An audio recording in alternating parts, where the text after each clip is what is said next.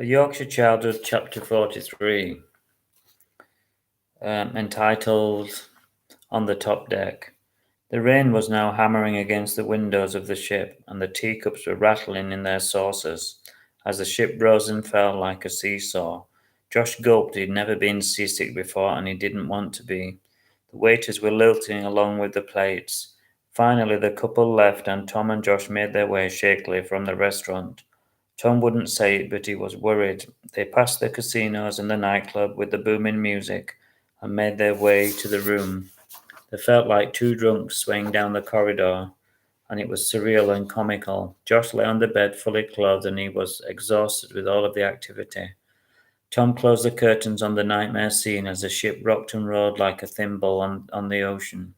The night was a long one, and the storm grew worse and more violent. Miraculously, Josh fell asleep, but Tom stared at the ceiling and hung on to the bed for dear life, like a life raft.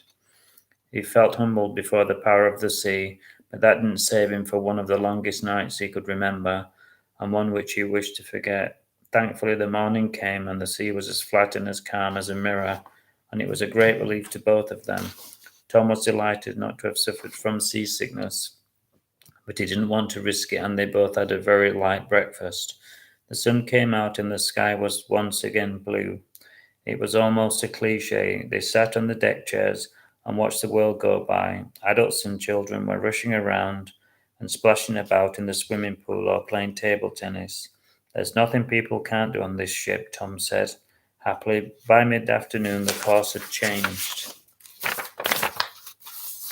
and they could see the lush fields and windmills of Amsterdam. Look, said Josh, wide-eyed, as he saw the turning of the windmills and the large industrial cranes that came into view like large mechanical monsters. It felt like they were in a different world, and in a way they were.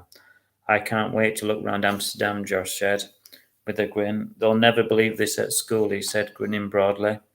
It's time for a change of clothing, said Tom, and they both changed into jeans and trainers. We need to be comfortable to explore, said Tom accurately. By now he'd forgotten about the night before and felt like a kid himself.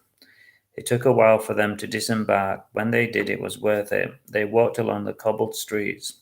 It was picturesque and beautiful. If only we had a camera, thought Tom as he walked past beautiful houses, cathedrals, and inns. The city seemed to open up before them invitingly, and before they knew it, they were in the centre.